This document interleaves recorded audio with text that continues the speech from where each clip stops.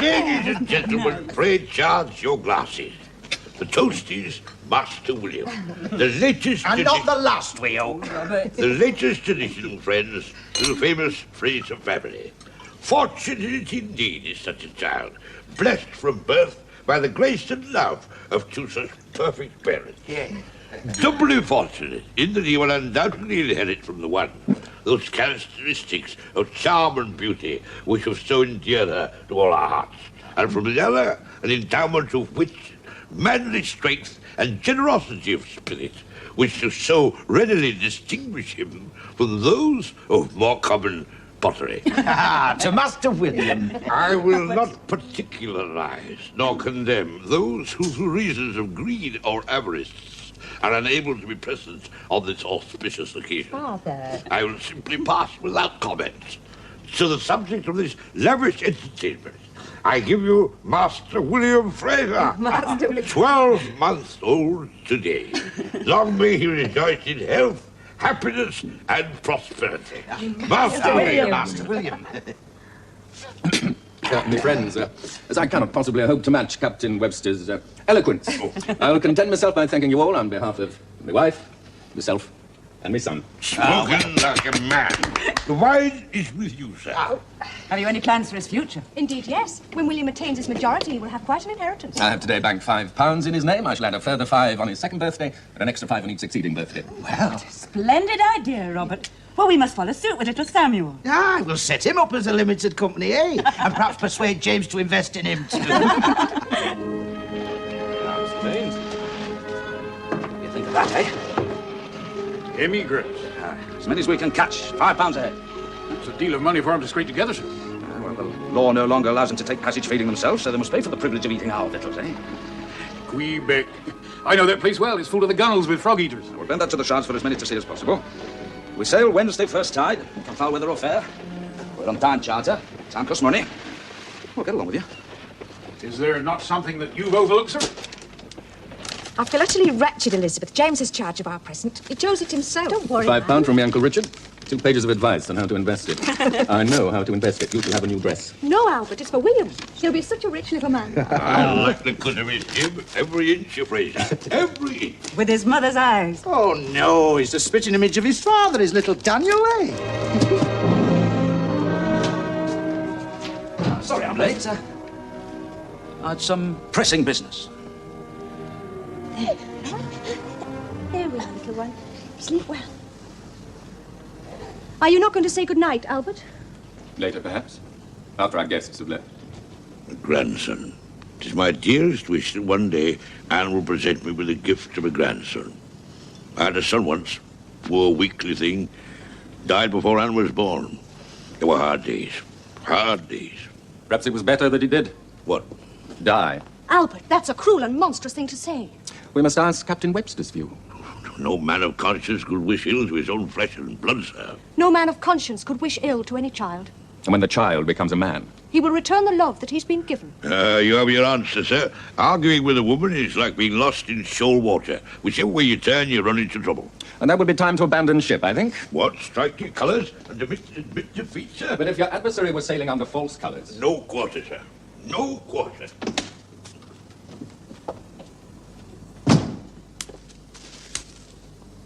Great thief. Blabbermouth. James, you'll go too far. It were a simple slip of the tongue. All right, one that's liable to cost us very dear. Yes. If Albert's anything like his father, he's not likely to be a very forgiving man, is he? Why should he suspect? An unguarded word which we have magnified out of all proportion because of our knowledge. The situation's impossible. It always has been. Albert was bound to find out sooner or later. The question is, what action will he take, eh?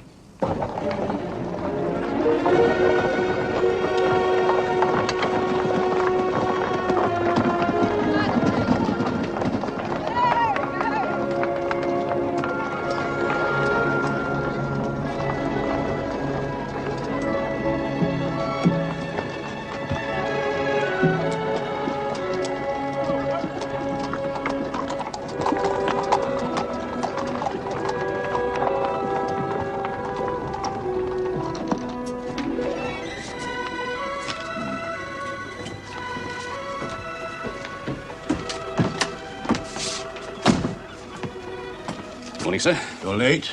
Barely a minute, sir. You will have noticed that Canadian timber prices are on the increase, sir. I've also noticed that you negotiated higher freight rates, Captain Fogarty. I anticipated a consequent rise in insurance rates, sir. Oh, sharp head on young shoulders, eh? Sharp enough for James Onedin, do you think? I don't know, sir. I've not matched him as yet. He did once in fair fight. A long time ago and best forgotten. I doubt James Onedin would forget and forgive so easily. I care little for James O'Needin's opinions on any matter on this earth. Not even on a subject which touches you closely. I don't follow you, sir. Oh, come on. You were once affianced to that dolly mop, Elizabeth Onedin. I regret, sir, that as long as you insist upon traducing the good name of a lady I hold in some esteem, I cannot remain in your presence. Nor in my employ. Nor your employ. Here, Dawson, take these back. You're a stiff-necked rascal, aren't you? Understand me plainly, Captain Fogarty. I care not a rap for your attachments and endearments, but I do concern myself for the good name of this firm. I cannot see how the affections I once had for Miss Elizabeth could possibly have anything to do with this Miss Elizabeth, she's Mrs. Albert Fraser. Now do you begin to understand? No. Well, I'll try another tack. What is your attitude of mind towards Albert Fraser? I envy him his good fortune. Nothing else? Nothing else. Good. And I can take it there's no likelihood of any renewal of this entanglement. Such a suggestion is unworthy of you, sir. I hold both Mr. and Mrs. Albert Fraser in the highest regard. Good. That's precisely what I required to know. I don't understand. Now, these questions are pertinent to your future. You're no doubt aware, since it's the tittle-tattle of every club in the city, that marriage caused a breach between Mr. Fraser and his son, Albert. And rightly too, in my view. Damn fool married beneath him. Mr. Callum, please. No, hear me out, sir. One day, there could very well be a reconciliation between old Mr. Fraser and his son. Now, Fraser and I are very firm friends, have been many years, so when that day comes, I want to ensure that not one breath of scandal will touch either of our houses. You have my assurance on that score, sir. Good. Oh, my niece Emma was dining with us last night. She was asking after you. Now, there's a young girl who'll make some young man a fine wife. Yes, sir. And I'm growing old, Daniel. Too old to go crawling through bilges and sounding ship's timbers. I need a ship's husband. Someone with sharp wits, loyal, trustworthy, honest. Someone who knows that his best interests are my best interest. Somebody who knows men and can handle ships. The modern title is Marine Superintendent, if you care for it.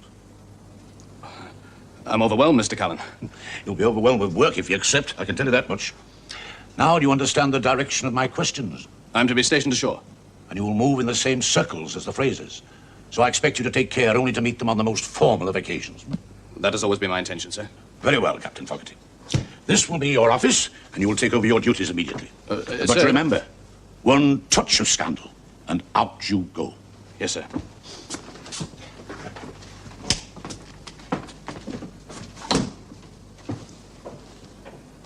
I had a feeling in the early days of our marriage that you were striving to tell me something. Could it be that you had pangs of conscience? The doubt is in your mind, not mine. Then the onus must be upon you to put my mind at rest. I've told you the child was born prematurely. You prevaricate yet again. I think you are not seeking the truth, but merely confirmation of your own unworthy suspicions. Oh, not unworthy. Under the circumstances, I imagine the proper adjective to be justified.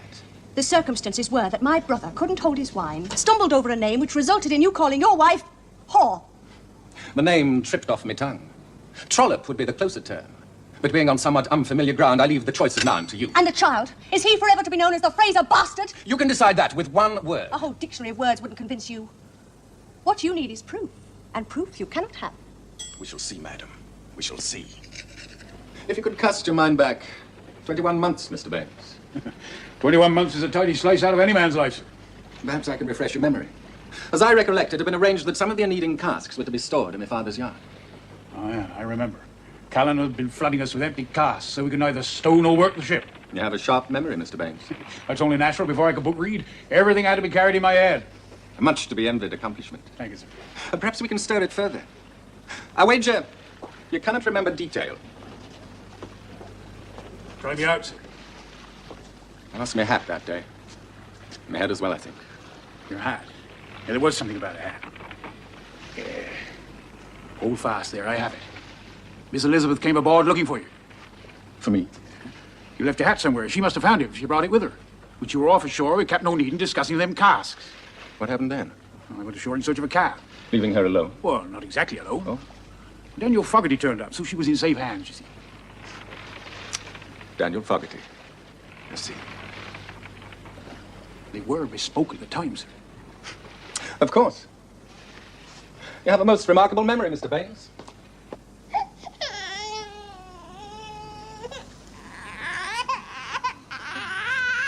Oh, Mr. Baines. I will have the truth, Anne. I can understand your concern, Albert. 20 months ago, James came to blows with Daniel Fogarty. Shouldn't you be asking James about that? Oh, I know James too well. He enforces his will by exploiting weakness, not by behaving like a prize fighter. Now, why should he suddenly indulge in a public brawl with a man for whom apparently he had the highest regard and who, moreover, was shortly to be his brother-in-law? It was a personal matter. A straight question is deserving a straight answer. Did Elizabeth take you into her confidence before we eloped? Yes, she did. What did she tell you? It was a confidence. And you must be aware that a confidence cannot be breached simply because there's been a passage of time. Did she ask your advice? Yes. And? I advised her to marry Mr. Fogarty. Why? It was a confidence, Albert. My apologies to you. Good day.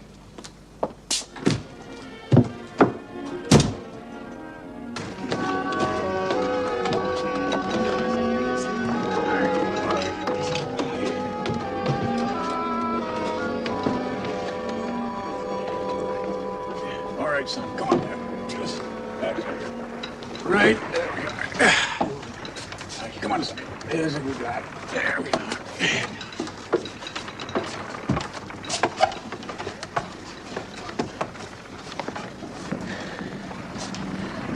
And here we are.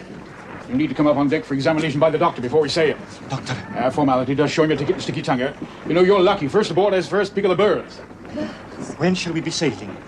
Tomorrow come hell or high water. Anything else you require? Food? All right, I'll send you some burgo and molasses. Put a lining on your stomach. Burgo? Yeah, porridge to you.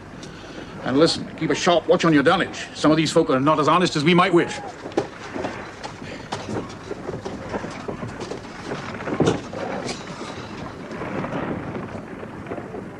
I thought we might hire a trap and go into the country. Visit your brother Jeremy, perhaps. Robert, you are the kindest of men. Not too much dust now, love, or we'll have it all returned with a barrage of complaints. What do you want for the price? Best suit show. Oh, Mr. Fraser. I seem to have caught you at an opportune moment. We were just about to take tea if you'd care to step through. Thank you, no. I called merely to thank you for the birthday gift. Oh, it was nothing, really. A most convivial evening. Too convivial for me, I fear. I've a very poor head for wine. Oh, my husband is the best of men. But I think I'd not be disloyal if I were to say that, upon occasion, after a glass of wine, he is inclined to talk a little too much, perhaps. In vino veritas. You amuse my wife and myself by referring to our child as Daniel. A simple slip of the tongue. Well, tell him, Robert. I'm sure Mr. Fraser will be every bit as amused as we were. We had quite a laugh about it later. Yes, well, I was just admiring the child. You know, such a splendid little fellow. With his mother's eyes. I noticed the strong hips, the most marked resemblance between your son and our little Samuel, you see. Indeed. Yes, and being somewhat, well, you know, a little befuddled, as it were, I started to say Samuel, you see, but then changed course in midstream. Well, it came out as Whamuel. Well, when Robert explained the matter in the coach to us going home, we simply roared. Had your husband actually said Whamuel rather than Daniel, I'm sure I would have shared in the humor of the situation. I could have bitten off my tongue. Did you think I would be offended? Oh, yes. I cannot for the life of me imagine why. The coincidence. Coincidence. Daniel, you see, with Daniel Fogarty. Oh, of course. You must think me uncommonly stupid not to have related the name to that of my wife's former suitor. I didn't mean that, Albert. I've only met Mr. Fogarty on a few brief occasions, and so I've had little opportunity to judge his character. Then I can assure you, Mr. Fraser, that Mr. Fogarty is a most upright and honourable man. Oh, he's as honest as the day is long. Then I'm forced to the conclusion that Elizabeth has chosen unwisely. For I'm sure I have none of those qualities. And you do yourself an injustice, Mr. Fraser. My sister-in-law has a very great affection for you. A fact which can scarcely have escaped your attention, I think. Ah, you see, she chose to ignore our advice. We urged her, Albert, we urged her to marry Daniel Fogarty. In preference to myself. That is hardly flattering. You didn't come here looking for flattery. You came here to badger us with impertinent questions. Well, if you want the answers, I suggest that you go home and ask them of your wife, because you'll get no more of us. Good day to you, sir. Good day, sir. Madam. Mr. Fraser.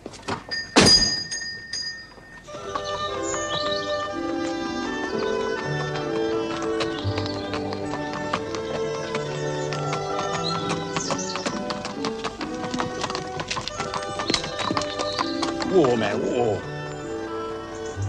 Is that Jeremy's cottage? Hey, it must be. It's pretty, isn't it?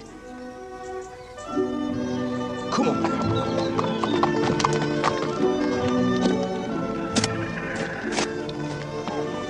Who's this coming?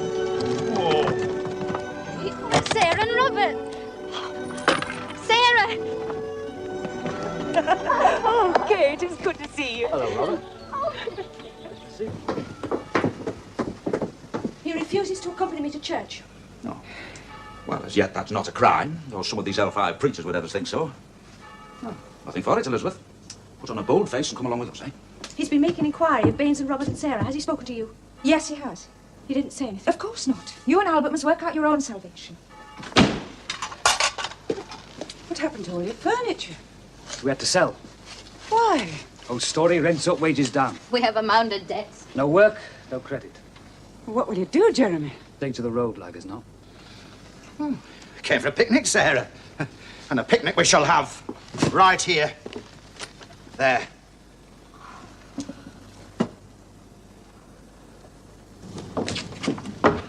Where's my spectacles? They've been kept from me. Here they are. Not the only things that's being kept from me in this house. What does that mean? The storm clouds have ruined. I know the signs. Everyone all in their wind and running for shelter. It'll be that son-in-law of mine at the bottom of it, you mark my word. James is solely concerned with business, nothing else. Oh, he has a tradesman's talent for turning a penny, I'll give him that. That talent that you're so eager to condemn has kept us from the poorhouse and brought you a little bit of comfort for your old age. It was a bargain. Which James has more than kept. You have a sovereign or two for your pocket. From you, not from him. He wouldn't give you the time of day without asking 10% return. We have a fine house, good food, clean linen. What more do you want? Fine house indeed, with an empty room. What do you mean? What's the use of a fine house with no children? A man needs sons.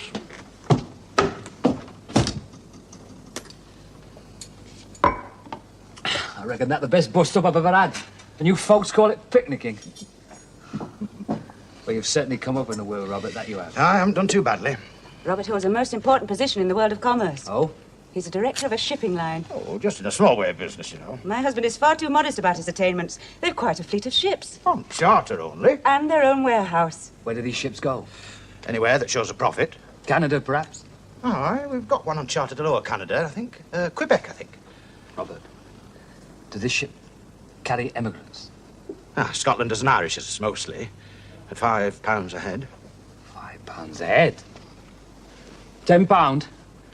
I've never owned £10 in the whole of my life. Robert? Perhaps you could use your influence. After all, Kate and Jeremy are family. Oh, yes, of course. Are you in the habit of reading the private correspondence? The address, that's all. Who is this Mr. Erickson? I don't see it's any concern of yours. But if it'll ease your mind, Mr. Erickson happens to be one of the most brilliant marine engineers in the world today. But he lives in America and they're in civil war. I should hardly think Mr. Erickson will be employed in shouldering a musket. Why are you writing to him? I've been corresponding with him for some time. He wants me to go out there and work with him. You never mentioned it to me. I had not then decided. And now you have decided. Not yet.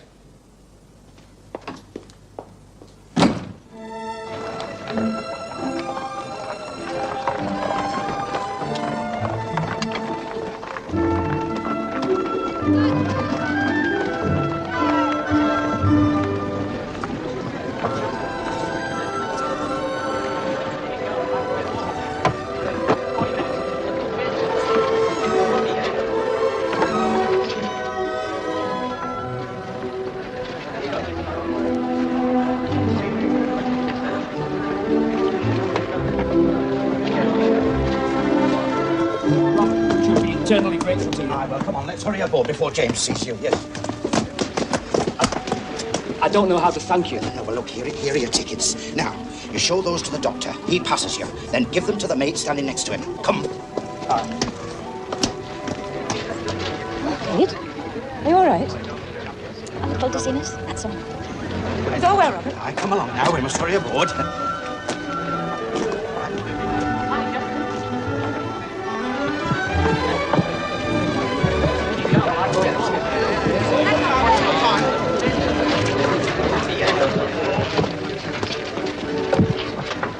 All right, Mr. Baines.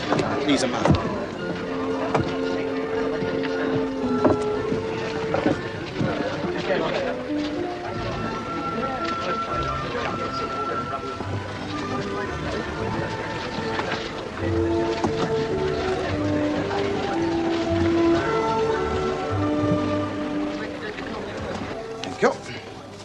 Brother Robert, either these accounts are short, or we've too many emigrants. No. They're all aboard and accounted for.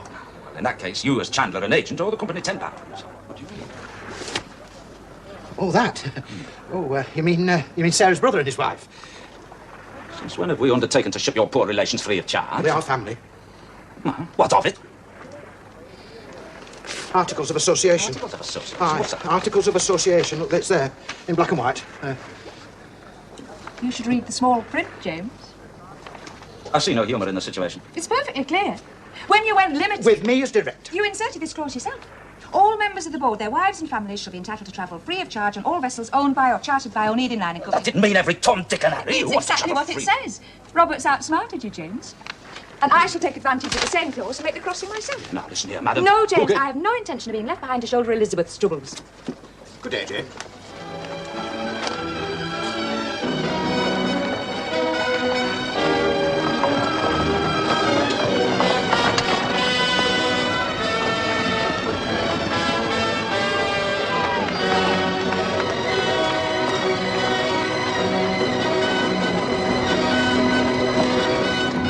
Ah, Mr. Fogarty.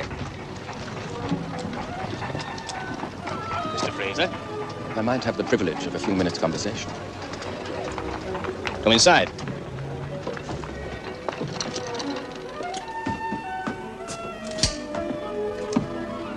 Thank you.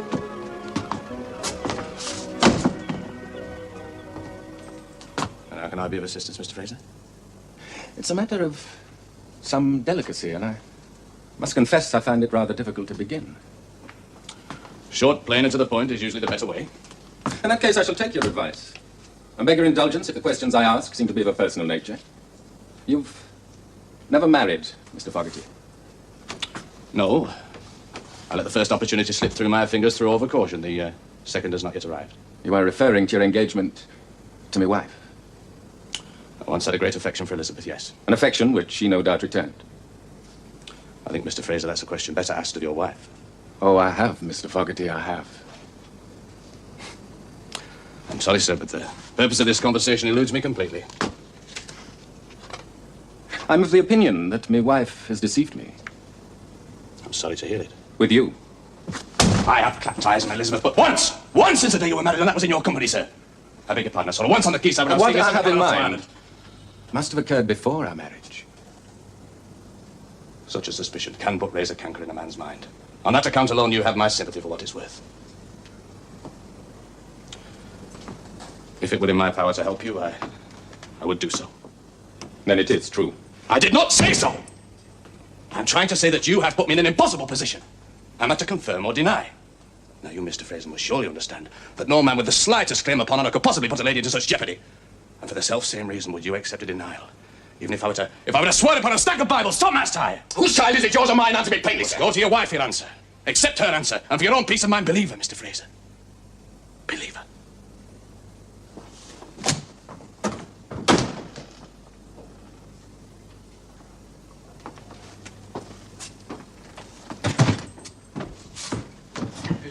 What's wrong with young Fraser? Not looking where he's going, nearly knocked me down the stairs. Personal matter, sir. Personal matter? There's no such thing as a personal matter during company time. Come on, out with it, man. What is it? Sorry, sir. It won't happen again. I've given you fair notice, Mr. Fogarty. One breath of Yes, scandal... Mr. Callan, I understand. I understand well enough.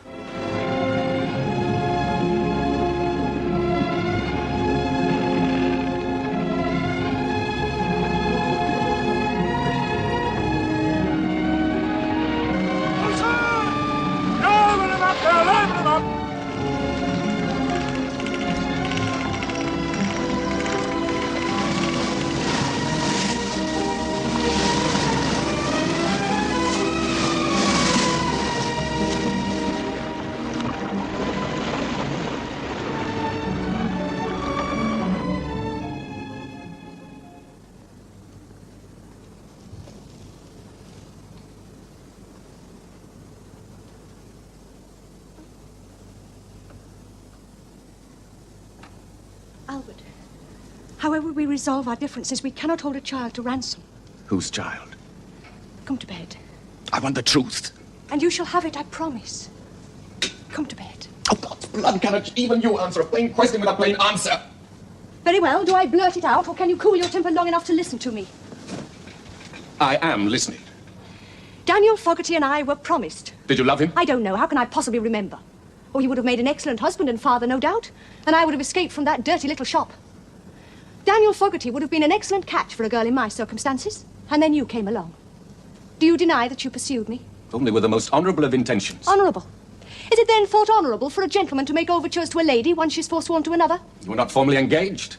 Daniel was but mate of a bark and poorly enough paid. God knows to have money for such niceties. I spoke to James about it. He implied there'd be no insurmountable obstacles. Oh, James, that brother of mine has much to answer for. We're wandering from the point again. I imagine that my intentions were clear enough. Crystal clear. His face seems hot. What do you imagine a girl should think when a gentleman of your class comes strutting and mincing and la-di-daring with bunches of posies and pretty speeches? Oh, really, Elizabeth? Oh, tush, Elizabeth. You mustn't know of such things, Elizabeth. You're a fool, Albert Fraser. I was born and bred in a neighbourhood where the intentions of a strolling gentleman of quality were abundantly clear. It's understood, of course, that gentlemen are entitled to their experiences before they marry their virtuous ladies. With whom do you think they gain their experiences? With shop girls and milliners, but not with me. You have an uncanny ability for putting me in the wrong and yourself in the right and still avoiding the issue. Who is the father? Very well, the child is Daniel's. Now, are you content?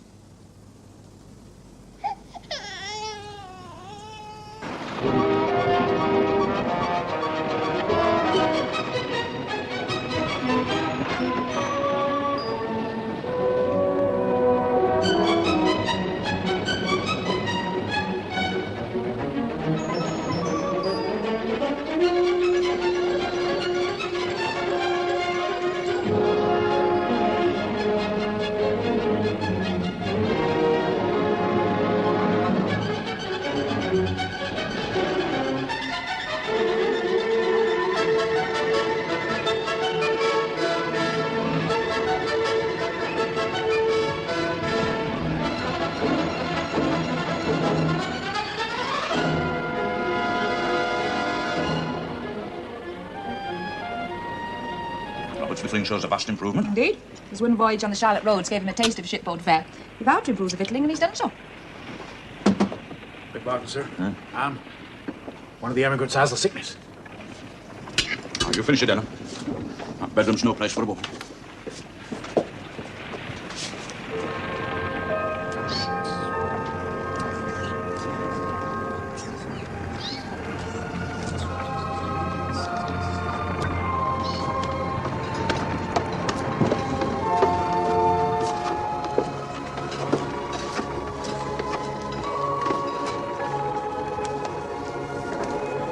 Over here, sir.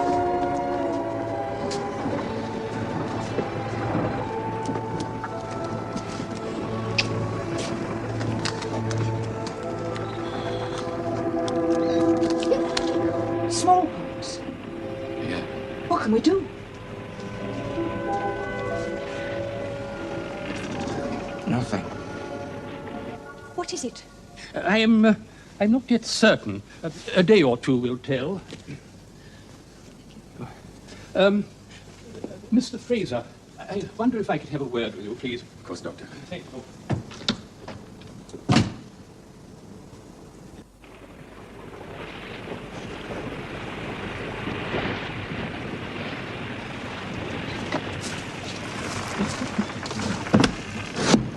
The best specific is said to be salt water, man. Salt water? Aye, there's plenty of it. It's the only one we have.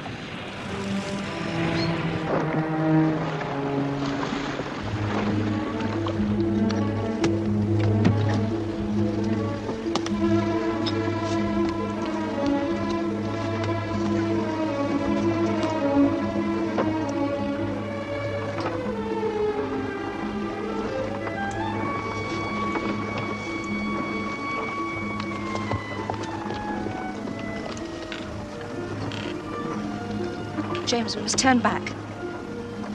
Cannot. We're on time charter. Every day costs money. But what if we run into bad weather? Then we'll just have to back on down below again. You cannot. Smallpox is contagious. Just take their chance below. Would you rather they were washed overboard?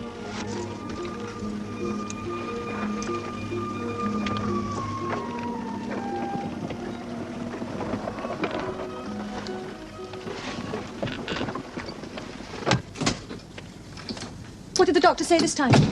Might or might not be. Damn it, I could have told him that myself. I suggested a second opinion, a specialist if need be, but he pooh-poohed the notion. He will call again soon. Twice a day at least, damn it, or I'll know the reason why. He suggested a nurse. No. I shall nurse him myself. We shall take turn and turn about. Poor little chap.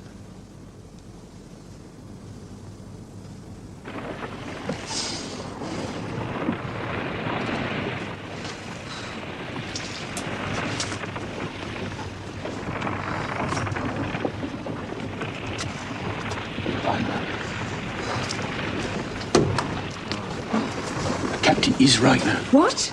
There's little sense to turning back. It's the only chance they have. Smallpox is a plague. You're wrong, man. If they don't survive the infection, they'll be buried at sea, and it'll matter little to them which put the downfall. But if they recover, they've booked passage to Canada, every man jack of them, and you'll gain small thanks for taking them back to quarantine in Liverpool. Quarantine? Aye. We make slow headway against the Westerners. 6 weeks out, 20 days back. It's common enough. Smallpox can rage like a fire. And dies quickly. If those two recover, the longer we're at sea, the better. Give time for the scars to heal. And if they don't recover? Then they'll be buried at sea and nobody the wiser. You cannot falsify the ship's log. 100 times over, Anne. Cannot afford to spend up to 3 weeks in quarantine. You've never been aboard a quarantine ship, have you? No. I think yourself fortunate.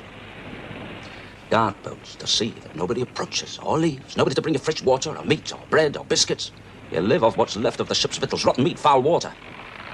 And then the smallpox don't take. Cholera and typhus do. Now, while I'm on time charter, I'm caught between the devil and the deep blue sea. What a vengeance.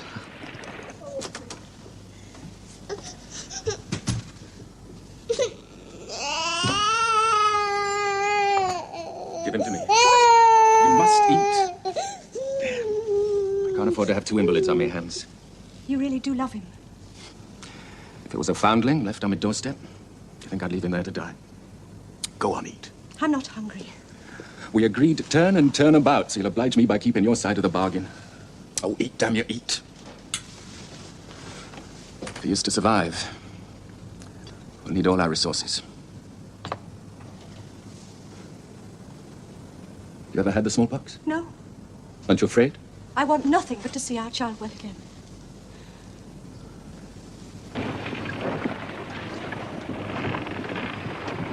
Rosebery's not putting up a very good fight. If only they could take a little broth. Feed a cold, starve a fever. Main thing is just to keep him separate from the others. What are you doing here, thieving? I am no thief. I am come for my own. Just look at you. You're healthy enough. Go along with you.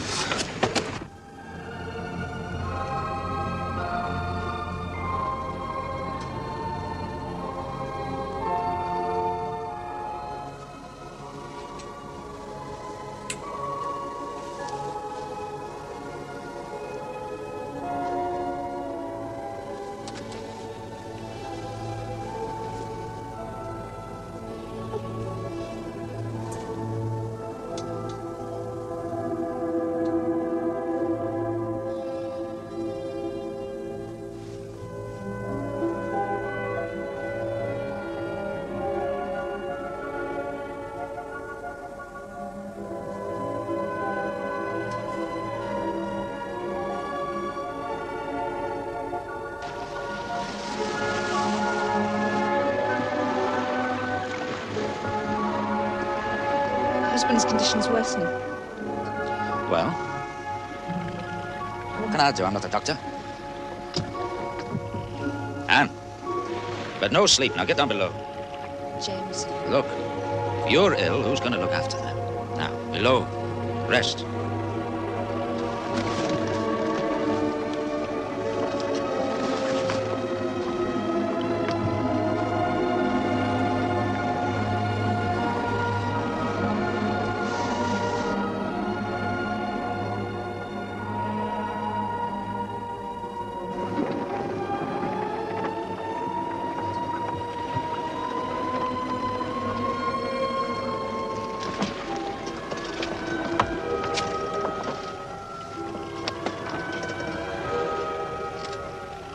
Blankets, Mr. Baines. There's none to be had, ma'am. Wait here, I have some.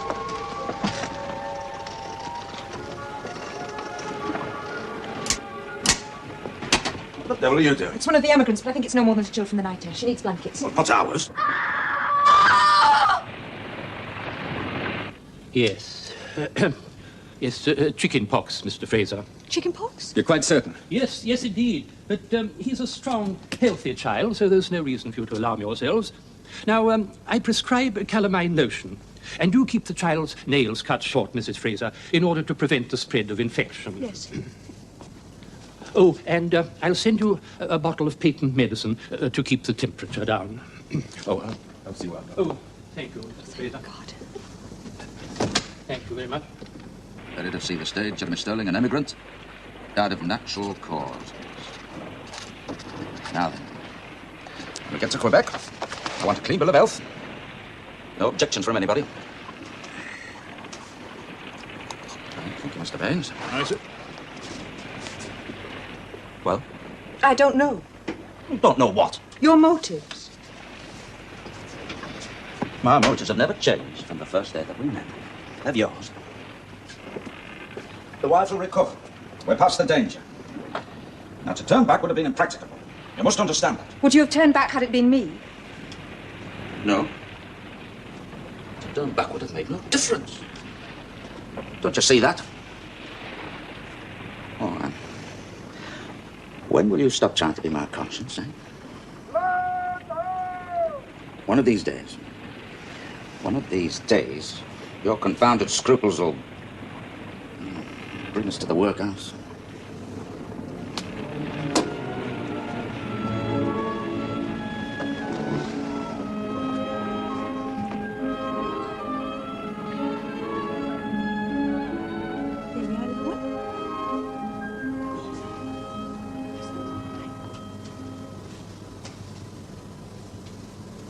With all the turmoil, I'd quite forgotten to post my letter to Mr. Erickson.